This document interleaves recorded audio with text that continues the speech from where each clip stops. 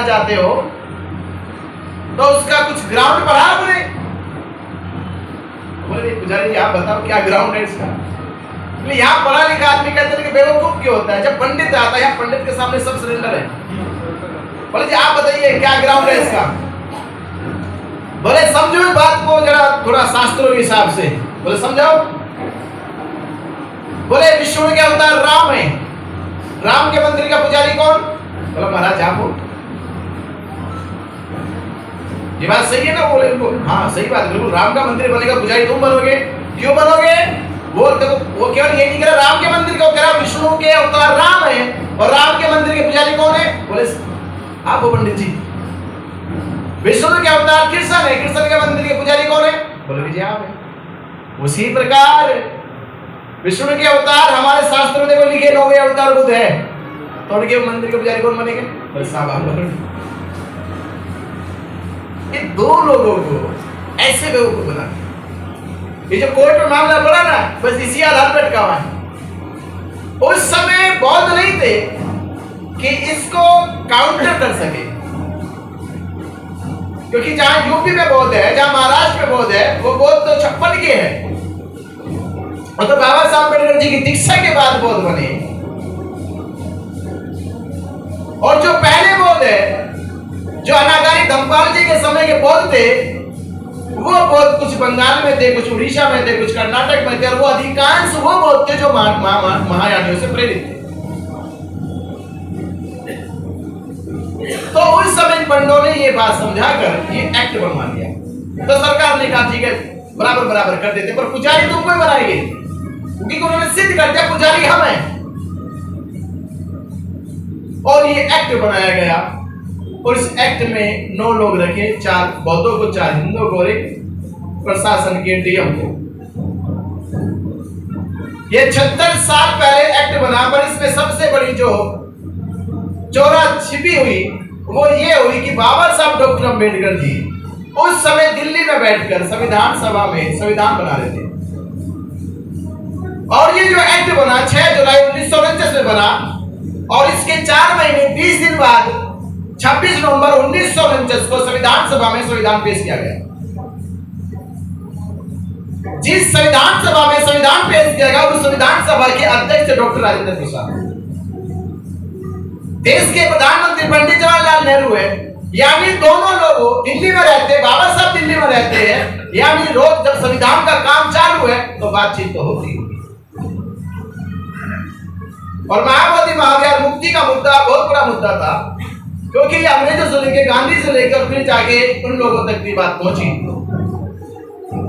और जब संविधान जब एक्ट बनाए गए थे तो उसे संविधान के अनुरूप क्यों नहीं बनाया गया?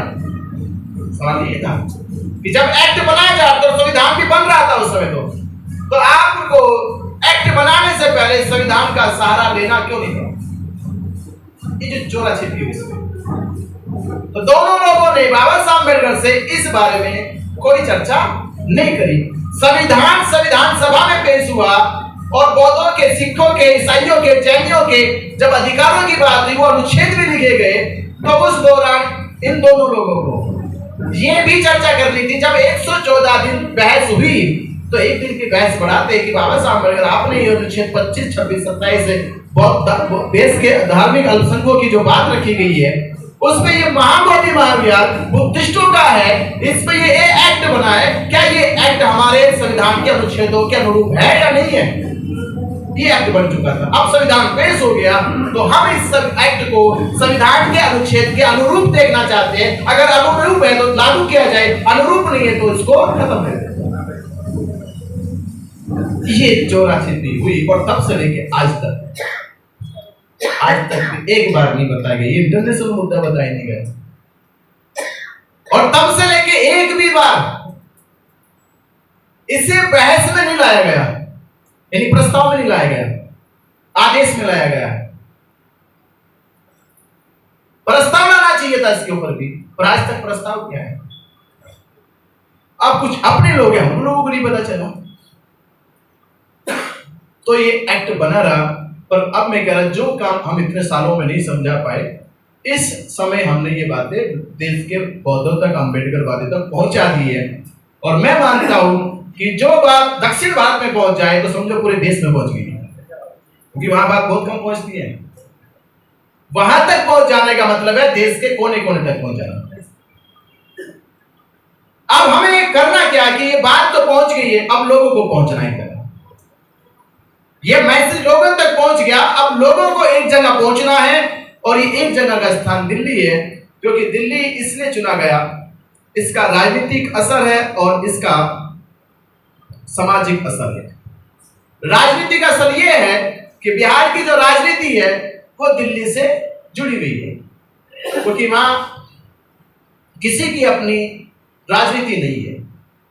अगर वहां नीतीश दोबारा से आता है तो फिर भी भाजपा के साथ जुड़ा हुआ है, और नीतीश को यह ख्याल पूरा परिपक्व हो चुका है कि बिहार के आंदोलन करने से उस पर कोई असर होने वाला नहीं है, क्योंकि उसने पूरा आंकड़ा निकाल लिया कि बिहार के लोग इस आंदोलन में रत्ती भर नहीं है, तो राजनीतिक उसको नुकसान लगता नहीं है, इसलिए वो बात को सुनता नहीं है, इसलिए वो रहती है ऐसी पेंडिंग में।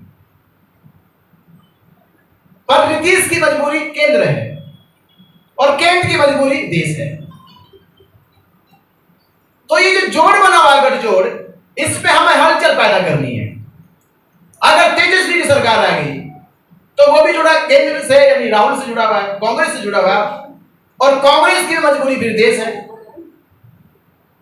तो वो भी जुड़ा हुआ है, हलचल वो भी पैदा करेगा।